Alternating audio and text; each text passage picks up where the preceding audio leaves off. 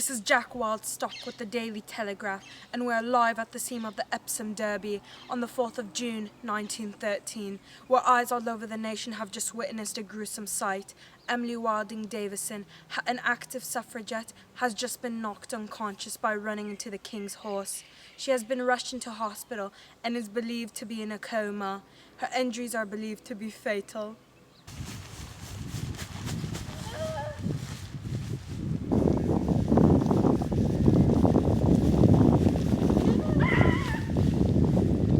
Chief Physicist Peters, do you think one could survive from such a blow? The horse was running at a speed of approximately 56 kilometers per hour and collided with her head-on. The injuries she obtained from such a blow will likely lead to her demise. We've also been given the privilege to interview the King's horse, Amna, about the unfortunate event. What did you see, Amna?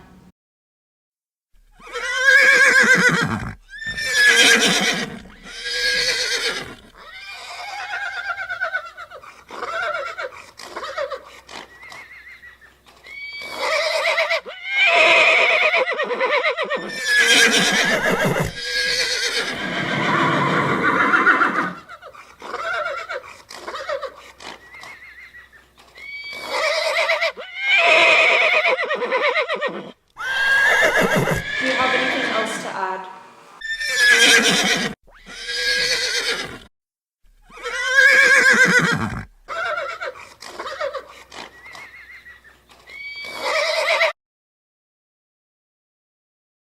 We've also been lucky enough to get an interview with Dr. Henry, who was the doctor appointed to Holloway Prison while Miss Davison was being held. Nice to meet you. Nice to meet you, thank you. This is the official Emily Davison's report. So, yeah, I have absolutely no doubt in my mind that she was suicidal. The few encounters I've had with her are enough for me to deem her as completely unstable. She went on frequent hunger strikes and tried to throw herself off the prison balcony twice. Had she succeeded, she would have fallen to her death.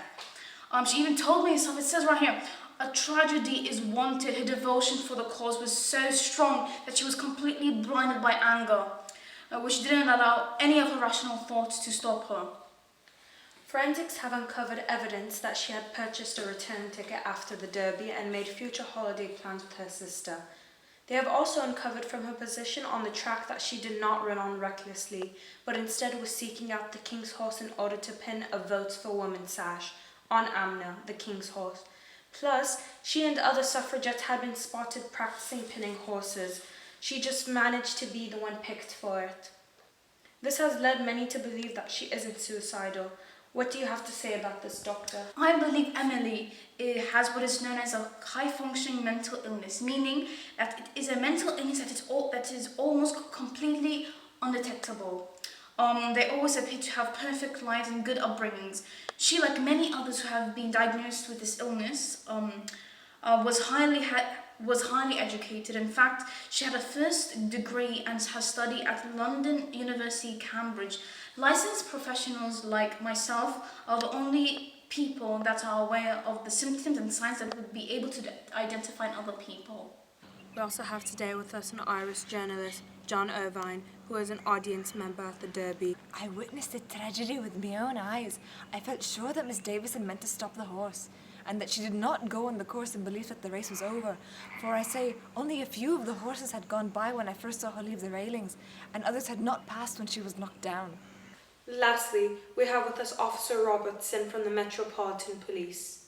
Such extreme measures taken by Miss Davison don't surprise me in the slightest. She became increasingly militant over time.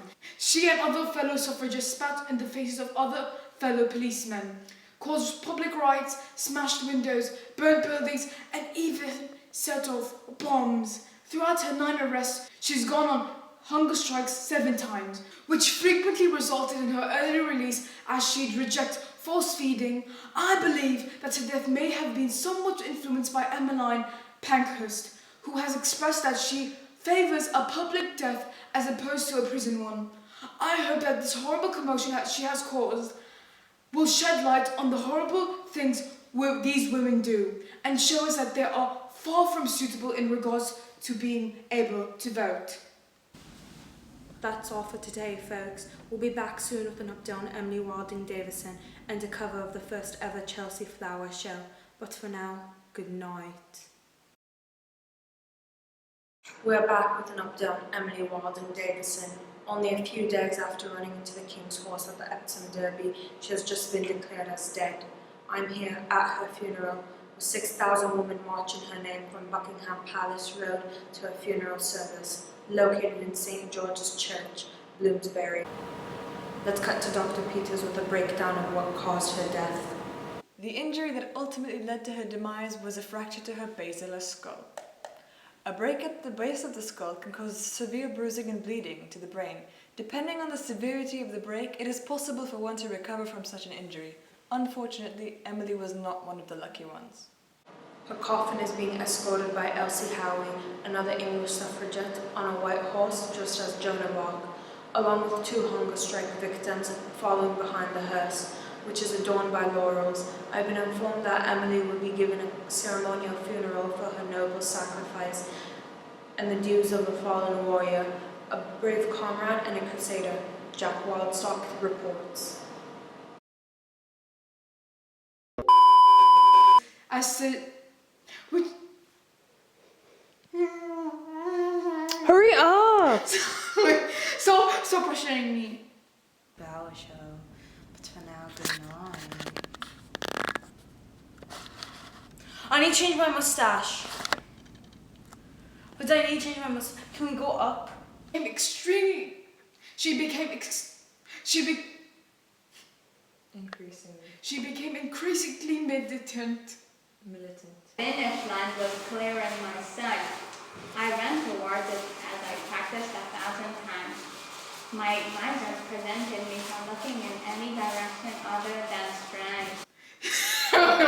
Wait. Lastly, we have Officer Robertson from the Metro. Officer Robertson! Men.